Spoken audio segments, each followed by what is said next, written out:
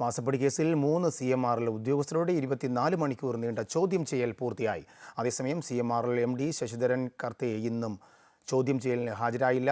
കേസിൽ മുഖ്യമന്ത്രിയുടെ മകൾ വീണ വിജയനെ ED ചോദ്യം ചെയ്തേക്കും.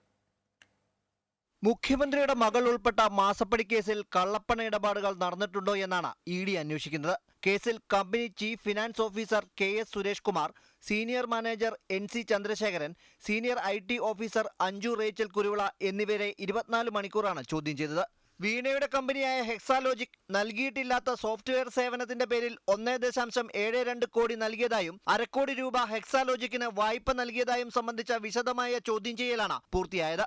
2013 മുതൽ 2020 വരെയുള്ള ഇടപാടുകളുടെ രേഖകൾ ഹാജരാക്കാൻ ED ആവശ്യപ്പെട്ടെങ്കിലും മുഴുവൻ രേഖകളും ഇനിയും ഹാജരാക്കിയിട്ടില്ല. അതേസമയം CMRL MD ശശിധര കർത്തയോട് ഇന്ന് ചോദ്യം ചെയ്യലിനെത്താൻ നോട്ടീസ് നൽകിയെങ്കിലും ഹാജരായില്ല. കേസിൽ മുഖ്യമന്ത്രിയുടെ മകൾ വീണ വിജയനെയും ED ഉടൻ ചോദ്യം ചെയ്തേക്കും. ഉദ്യോഗസ്ഥരിൽ നിന്നുള്ള വിശദമായ മൊഴിയുടെ അടിസ്ഥാനത്തിലാകും വീണയുടെ ചോദ്യം ചെയ്യൽ. അമൃത ന്യൂസ്, കൊച്ചി.